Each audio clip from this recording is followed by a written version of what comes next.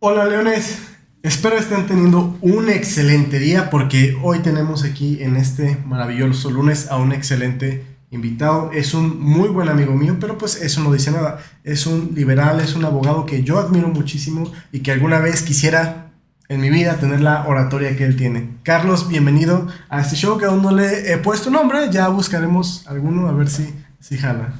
Gracias por la invitación, Arturo, gracias por las flores también. Y efectivamente soy un divulgador del liberalismo porque creo profundamente en sus principios y sé que desde ese pensamiento político se pueden analizar muchos de los hechos que están hoy ocurriendo en la agenda política nacional.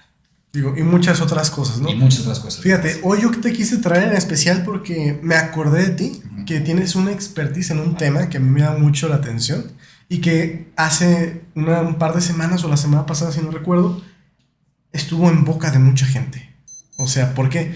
Porque al dirigente del PRI, Alito Moreno, se le ocurrió decir, no voy a decir si salvajado o no, porque Ujú. pues tú conoces mi postura, que los mexicanos deberían tener un acceso más fácil a las armas de fuego en legítima defensa. Carlos, ¿tú qué piensas de esa declaración del dirigente nacional del PRI? Bueno, al margen de que claramente nunca he alabado a los priistas, todo lo contrario, siempre he criticado el hecho del partido único, lo que defienden, la corrupción que hay al interior del partido. Al margen de eso, en esta ocasión coincido completamente con lo que dijo Alito Moreno, no coincido con él, ni con su causa, ni con los motivos por los cuales lo dijo. Claramente es un tema podemos decir, patadas de ahogado, ¿no? De su posicionamiento político en este momento o de su capacidad para obtener votos. Vamos dejando ahí. Pero lo que dijo me parece muy importante y también vale la pena hacer este paréntesis. Creo que hay que analizar lo que dicen los actores políticos por lo que dicen. También vale la pena pues el contexto y ver si son hipócritas o no, si tienen calidad moral para decirlo o no, pero eso no va a ser más o menos válido lo que dicen, es decir, no va a ser más o menos cierto lo que dicen, los argumentos que plantean, a ver, hay que analizarlos desde donde los plantean. Y en lo que dice estoy completamente de acuerdo, creo que las personas debemos tener o tenemos el derecho a portar las armas que querramos, a proteger nuestra vida, nuestra libertad y nuestra propiedad privada, nuestro patrimonio, si queremos verlo en un concepto más sencillo. Tenemos el derecho a hacerlo con armas, sin armas si deseamos no tenerlas, y el Estado, en lugar de complicarlo, debería, si acaso, tener un orden, un registro, pero no complicarlo ni limitarlo. Bueno, ahora que lo mencionas, digo, yo nunca había escuchado en mi vida, no sé si sea tu excepción, yo nunca había escuchado a ningún político o servidor público hablar del tema de las armas de fuego. Es algo bueno, que tú sabes que yo apoyo, Uh-huh. la liberación, que haya más flexibilidad en el tema de la legítima defensa, porque no solo se trata, ¿no?, de portar el arma, sino cómo la puedes conseguir, en dónde la puedes usar y también bajo qué situaciones la puedes usar, ¿no? Entonces, a mí me gustaría saber, ¿no crees que es un avance en este sentido, digamos, para discutir un poquito más este tema de la legítima defensa, aunque sean patadas de ahogado, aunque sea para llamar la atención, que un político mexicano diga, yo creo que los mexicanos tienen derecho a defenderse de la delincuencia? Yo creo que en realidad, como tú lo dices, no es un avance, porque sí lo han mencionado anteriormente por las mismas circunstancias. Es decir, un actor político al que no se voltea a ver mucho, que la población no lo tiene mucho en cuenta, que no tiene presencia en cuanto a la intención del voto, pues se le ocurre algo para decir y llamar la atención. Y cuando eso pasa, lamentablemente la atención se va más en el personaje que en la propuesta en sí. Creo que en ocasiones anteriores se había mencionado en esa misma circunstancia y eso hasta cierto punto hace que no se avance mucho. Pero al final de cuentas, ahí está en la conversación. Creo que lo que se debe hacer es que actores más serios, en momentos más serios, mantengan el tema y que aquellos que sí coincidan, pues se sientan, digamos, más seguros de traer la conversación o traer el tema a la conversación política y que se argumente, que se decida. Claramente estoy convencido de que los argumentos a favor de facilitar la aportación de armas entre la población pues nos van a traer más beneficios que dolores de cabeza, pero de que debemos discutirlo, debemos discutirlo. Digo, ya, o sea, el contexto del delito nada más sea como para introducir y dar la justificación del tema, porque yo quiero aquí hablar bien y derecho. Sí. Carlos, ¿crees que los mexicanos necesitamos estar armados para protegernos de la delincuencia? Estoy convencido de que así es. Porque si analizamos la circunstancia en este momento, no desde lo ideal, desde lo que debiera ser y lo que esperaríamos que fuera como vive las circunstancias de nuestro país o como vivimos, la realidad es que el día de hoy las autoridades se encuentran rebasadas por una serie de circunstancias, pero hoy el contexto es ese. El Estado, aún con la voluntad de algunos, se encuentra rebasado para proteger a la población. Tanto en la parte de seguridad pública, es decir, en la prevención de que ocurran los delitos, tanto en la parte de procuración de justicia, donde creo que aún estamos más rebasados porque hay una saturación de asuntos, de delitos, y eso que no se denuncian todos, pero aún con los que se denuncian hay una carga de trabajo porque hay menos personal del que se requiere. Y bueno, también no hay que tapar el dedo con un sol. Perdón, el sol con un dedo. No hay que tapar el sol con un dedo. Ahí, perdón por el lapsus. La realidad es que además en las instituciones pues hay una cuestión de corrupción, en algunas más, en algunas menos, pero lo hay. Y bueno, luego lo otro que sigue, que es el Poder Judicial, la impartición de justicia, también se encuentra saturada. Digo, ahorita está muy ocupado Saldívar hablando de temas de género y la madre en lugar de resolver que en el Poder Judicial Federal, que es lo que a él le toca, pues haya el suficiente personal para darle salida a todos los temas que están pendientes. Que déjame decirte, el Poder Judicial de la Federación, debido a la cantidad de recursos que tiene, resuelve más o está más desahogado en cuanto a los asuntos, y hay que reconocerlo, tienen personal más capacitado. Digo, a lo mejor tiene que ver con el centralismo, ¿no?, de este país. Sí, federal, tiene que ver. Pero bueno, vamos al tema que nos atañe, armas de fuego. Sí. Carlos, ¿no crees que es un poquito descabellado pensar en que los mexicanos tengamos armas de fuego? Digo, no sé si te ha tocado alguna vez que en algún alto o algo, alguien choca, alguien se pasa un alto y se quieren agarrar madrazos, ¿no? Entonces esta comparación se hace mucho decir, ahora dales pistolas a esos simios y vas a ver qué pasa. Yo creo que, mira, no lo creo, estoy convencido de lo siguiente. Hay que hacer un análisis muy amplio, ver el panorama completo. En México lo que ocurre, el efecto de que esté saturado el sistema de procuración, impartición de justicia, que esté saturada la seguridad pública, lo que termina ocurriendo es la impunidad. Es decir, ocurren delitos y no se sanciona.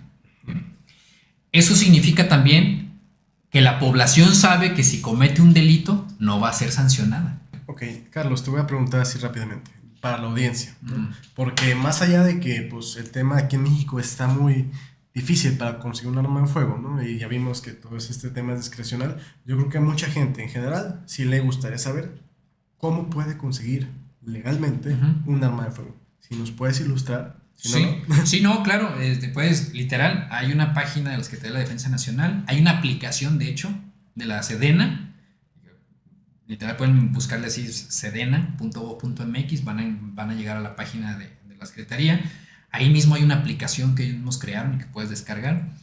Y ahí se encuentra el catálogo de armas, el catálogo también de cartuchos, obviamente legales, con sus precios. No recuerdo cada cuándo los actualizan. Y ahí vienen los trámites, cada paso que debes seguir, que prácticamente es ver el catálogo, solicitar la compra, solicitar el permiso para que lo puedas transportar, no portar, sino transportar desde donde la compres, que será en la Ciudad de México, desde las oficinas que tiene allá la Sedena para eso.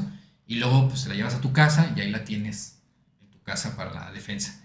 Y incluso vas a encontrarte con lugares en el interior del país que venden cartuchos para ciertas armas de fuego, que normalmente son para escopetas o rifles que se utilizan de forma deportiva para cacería. También si te inscribes en un club cinegético es más fácil que puedas adquirir las armas, tenerlas ahí en el club, comprar cartuchos para su utilización deportiva.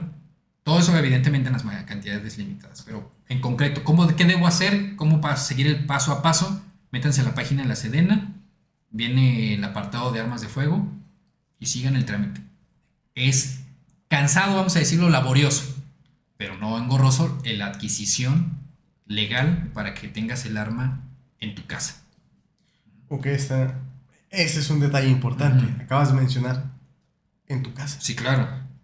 Creo que la mayoría de los asaltos y asesinatos no se dan en las casas. No pasan en la casa. Digo, por ejemplo, los videos más vistos, como decía hace rato, y virales, de respuestas de la población armada frente a un asaltante, por ejemplo, han sido en las combis, ¿no? de la Ciudad de México o el Estado de México. Pues no ocurre en tu casa. No te levantan en tu casa. Bueno, que claro que hay mucha gente que lamentablemente la levantan en la casa, como se dice. Sin embargo, sí hay muchos delitos que ocurren en la casa. Hay robo a casa habitación, donde sí se meten a tu casa y te roban las cosas. Ok, yo creo que aquí va la siguiente pregunta muy importante. ¿En qué casos, diga, tengo mi arma de fuego legal, en qué casos puedo usarla para defenderme? ¿Tiene que ser solo en mi casa o puedo hacerlo en el exterior también? No, en el exterior no, definitivamente no se podría. O sea, si adquiriste legalmente tu arma, la registraste debidamente en la Secretaría de la Defensa y ya la tienes ahí en tu casa, ¿cuándo la puedes utilizar? Pues cuando alguien ingresa a tu casa con el ánimo de dañarte a ti o tu patrimonio, podrías utilizarla. En el de poder utilizarla, pues eso se convierte en un entramado un poquito jurídico, técnico, porque lo que ocurre es que el delito de lesiones y el delito de homicidio, pues sí lo vas a cometer. Si le privas de la vida a alguien o si lesionas a alguien, habrás cometido el delito de homicidio. O sea, si alguien se mete a robar mi casa, para empezar, yo no sé qué intenciones tiene. Yo no sé si quiere robarme, si quiere saludarme, si quiere regalarme algo, o si quiere matarme a mí y a toda mi familia para despojarnos o incluso secuestrarnos. Entonces, ¿cómo te detienes a pensar, güey, pues voy a preguntarle, ¿me quieres matar antes de disparar o cómo funciona esa...? Bueno, lo que funciona ahí es que, insisto, el delito lo cometes, si matas, si privas de la vida a alguien, pues cometes el delito de homicidio. Si le causas un daño, pues cometes el delito de lesiones.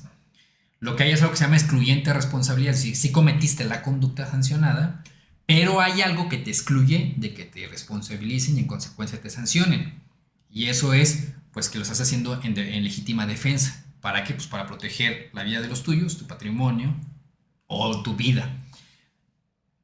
La excluyente de responsabilidad por legítima defensa no aplica cuando hay un exceso, así lo dice la norma, ¿no? ¿Qué es un exceso de legítima? Creo que he escuchado ese término. Exceso de legítima defensa. El exceso de la fuerza en la legítima defensa. Exceso de la fuerza en la legítima defensa. Entonces, cuando, por ejemplo, pues efectivamente, tú ves que alguien se mete a tu casa, esa persona se encuentra desarmada, ¿no? A lo mejor alguien se metió pensando que no había nadie, se encuentra desarmada, la ves, sacas tu arma de fuego, le dices que se detenga, que se tira al piso, y aún así disparas, pues claramente hay un exceso en el uso de la fuerza, porque no necesitabas dispararle a esa persona para que detuviera la agresión. Eso es, así de simple. Claro que si entra alguien, dices que se detenga, no se detiene, saca un cuchillo, le dispara. Pero es tiempo velocísimo, ¿no? Imagínate que entra alguien, y como te digo, entra alguien con armas de fuego. Imagínate en esa ocasión, o sea, entra alguien a tu casa con un arma de fuego y básicamente te ve y puede matarte. Puede, es correcto. Tú como dices, oye, güey, ¿quieres usar tu pistola para matarme? Pues normalmente, insisto, si tú utilizas el arma, depende de las circunstancias, pues se va a la legítima defensa o el exceso en tu defensa. Como te estoy dando un ejemplo muy claro, ¿no? Se mete alguien, no está armado, tú lo sorprendes, le apuntas con tu arma debidamente registrada y le dices que se tira al piso, y se tira al piso. ¿Cómo por qué le dispararías? Hay que castigarlo porque se metió a tu casa. Pues ¿quién te convirtió en juez y verdugo? Entonces ahí claramente habría un exceso. Claro, si ahora tú te pones, casi siempre que preguntan eso se ponen a armar supuestos complejísimos y muy imaginativos, muy de película. Pero ¿qué tal que si en ese momento se levanta y brinca y saca la... Bueno, entonces tendríamos que analizar bajo cada circunstancia. Cuando tú te defiendas en tu casa, llegue la policía y se lleve el cuerpo, pues pero claro que te van a... Aquí yo creo que lo difícil es saber cómo sabes que esa persona, para empezar, te va a hacer caso. No lo sabes. Y segundo, no sabes si está armado o no. Porque, digamos, en teoría, los robos a casa habitación, según yo, la mayoría, o quién sabe, no suceden durante el día o suceden cuando hay ausencia de personas. Entonces, bajo la oscuridad, ¿tú cómo sabes que la persona está armada? Todavía peor, imagínate que trae un arma de juguete. Ujú. Digo, yo sí veo que tiene un arma y yo Sí. estoy armado y no Pues sé claro. si es de juguete o no. Claro. Obviamente voy a vaciar el cartucho antes de averiguar Claro, si es de si, juguete o bueno, no. si está armado vas a notarlo porque tiene el arma en la mano, ¿sabes? Si ves la persona y no tiene nada en la mano y le es que se tire al piso y se tira al piso, pues ¿por qué le dispararías? ¿Estamos de acuerdo? Ujú. Si ya después de estado sometido le registras y le encuentras el arma, pues ya lo tienes sometido, como ¿por qué le dispararías? Pero efectivamente, si entra alguien y notas que tiene un arma, pues claro que le vas a activar la tuya. Y de hecho, todos estos supuestos están muy claros para, por ejemplo, el uso de la fuerza que utilizan las instituciones de seguridad pública, ¿no? Hay una ley del uso de la fuerza y te menciona ahí niveles, digamos, de agresión y cómo puedes responder a cada uno de esos niveles.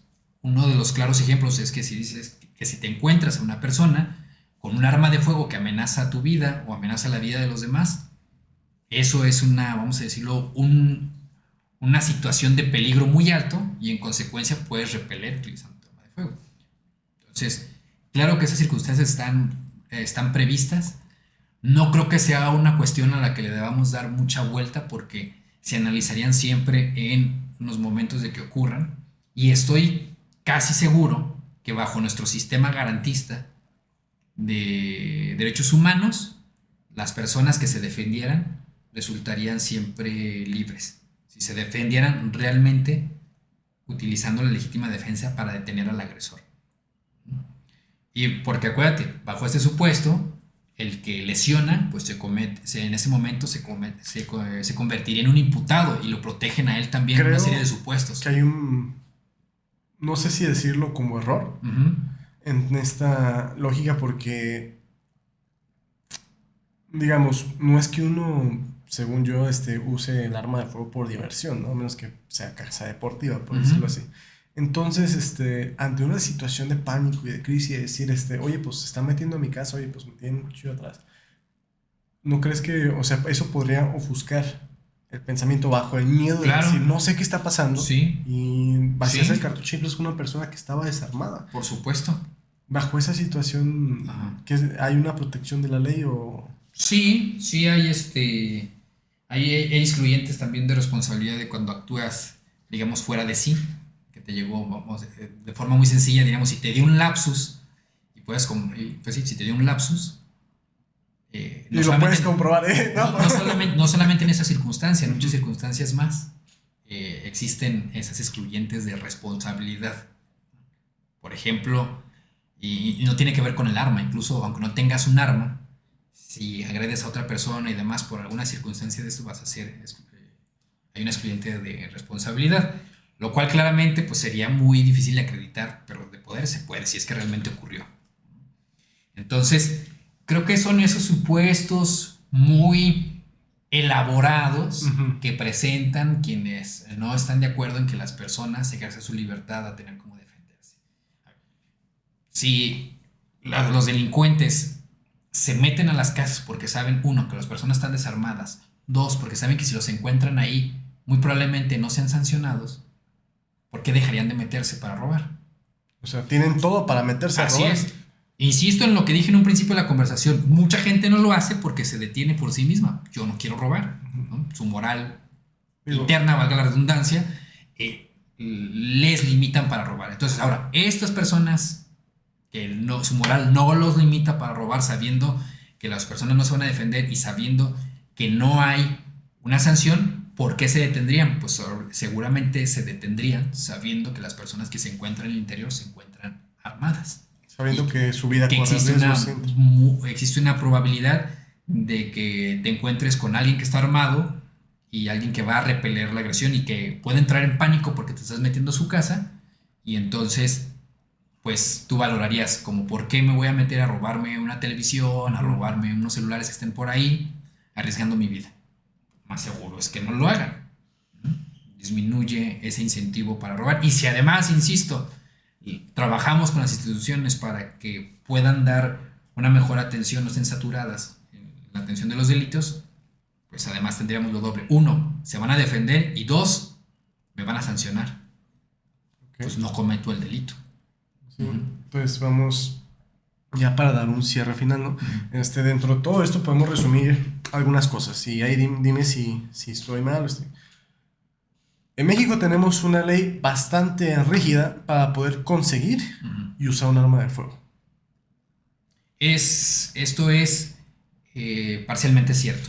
La ley no es rígida en cuanto a adquirir y tener un arma de fuego en nuestro hogar, porque es muy claro el trámite. Sí, no, porque Más bien lo tienes que es- hacer en la Ciudad de México. Entonces, más bien, o sea, rígido no es, lo que lo convierte es en de difícil acceso, pero rígido no. Ok. Ujú. Ahora, en cuanto a la aportación, sí es completamente rígido porque depende del criterio de la Sedena. Ujú. Ahí, yo digo, pondría esos puntos sobre las is, como dicen algunos, respecto a esa circunstancia. Va, ok, entonces, bueno, recapitulando, ahora sí, vamos a ver si ahora sí me sale bien. En México hay manera de conseguir un arma de fuego. Ujú. Sin embargo, es más fácil conseguirla a través de medios ilegales. Es correcto. Así es. Y suponiendo, ¿no?, que la mayoría de mexicanos somos personas íntegras, como tú dices, ¿no? La mayoría de mexicanos no cometemos delitos ni tenemos intenciones de asesinar Así es. a otras personas ni de robarle a otras personas. Sin embargo, las personas que sí están Dispuestas. interesadas en dañarnos tienen un acceso a armas de fuego que nosotros no tenemos. Es correcto. Entonces nos deja indefensos a la defensa de estas personas que efectivamente sí quieren o quitarnos la vida o quitarnos nuestras pertenencias. Coincido. Agregaría algo porque siempre viene este discurso también, el de que las personas que están dispuestas a romper la ley, porque nada se los impide, y son los que cometen los delitos, viene este discurso izquierdoso, ¿no?, de que son víctimas de la pobreza.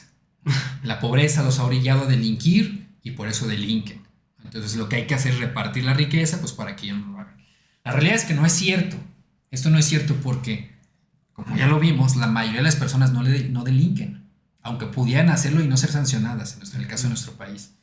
Y cuando hablamos de mayorías, la mayoría de la población en México es pobre. El 50%, ¿no? Prácticamente. Y no vemos 50%. a 45 millones de adultos cometiendo delitos. Podrían hacerlo porque es muy poca la probabilidad de que sean sancionados y no lo hacen. Entonces, esa es la verdadera criminalización de la pobreza. Tú cometes crímenes porque eres pobre. No es así. Hay gente pobre que comete delitos. Hay gente pobre que no lo hace. La mayoría de la gente pobre no comete delitos. Y sí saben que no serían sancionados porque lo ven a su alrededor. Ven que a ellos mismos o a sus familiares alguien comete delitos en contra de ellos y no los sancionan. Lo saben, pero su moral los detiene. También hay gente rica que comete delitos, pues hay que ver los políticos, ¿no? Son gente rica que comete delitos. Hay gente rica, no políticos, que también cometen delitos, cometen fraudes, cometen homicidios.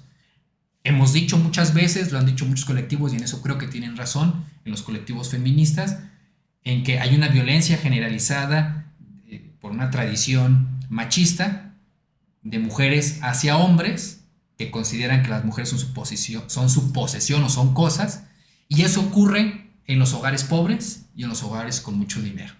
Entonces, la violencia y el crimen no respeta condición económica. Tiene que ver más bien con un tema de moral interna que ocurre en los pobres y en los ricos, en los de clase media. Y tiene que ver, insisto, en que aquellos que no los detiene su moral los debe detener el Estado.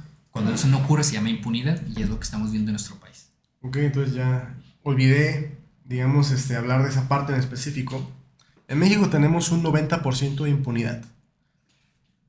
En México tenemos un 90% de impunidad. Hay una facilidad de los criminales de conseguir armas de fuego. Entonces, si matan a una persona, es muy, muy poco probable, sino por decir casi imposible, que agarren a la persona que te asesinó o que asesinó a tu amigo o familiar. Y la sancionen. Y aparte, o sea, entonces las personas, digamos, que no cometemos delitos, estamos indefensas ante personas que pueden cometer un delito y salir impunes. ¿Por qué? Porque ellas sí tienen armas de fuego, pero nosotros no tenemos armas de fuego. Y digo, y si nosotros conseguimos armas de fuego, no la podemos usar fuera de nuestra casa, y si lo hacemos, nos convertiríamos en, digamos, parte de la estadística de estos criminales. Es correcto. O sea, si una persona buena se defiende en la calle con un arma de fuego, se estaría convirtiendo en un criminal. Así es, cometería un delito, que es el de más o menos portación ilegal de armas de fuego, y es un delito federal.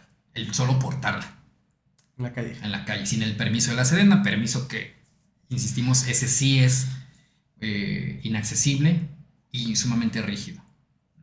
Muy interesante. Bueno, pues muchísimas gracias, Carlos, por estar aquí conmigo en este show que aún no le he puesto nombre, pero es un tema larguísimo.